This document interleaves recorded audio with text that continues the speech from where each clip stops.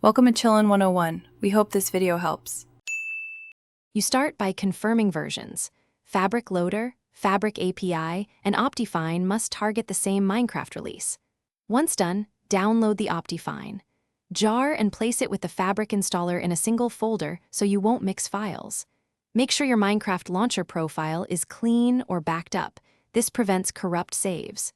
Now run the Fabric installer to create a Fabric profile if you haven't already, and leave the launcher closed until installation finishes.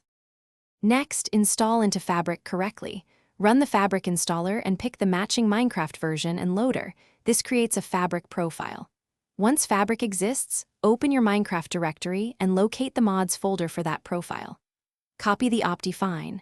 Jar directly into the mods folder. That lets Fabric load it like a mod.